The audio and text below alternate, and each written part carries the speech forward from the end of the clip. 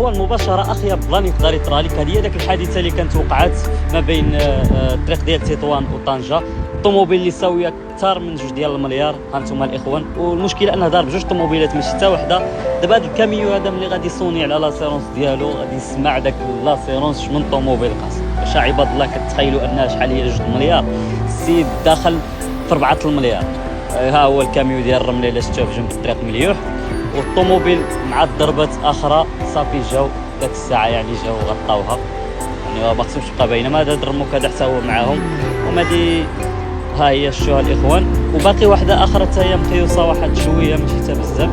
ها هي الاخوان حتى هي، شوفوا معايا هنا، ها هي في الجنب ديال الطريق. المهم داك كيمول الكاميو واقيلا سخاف ملي شاف داك الطوموبيل هذيك.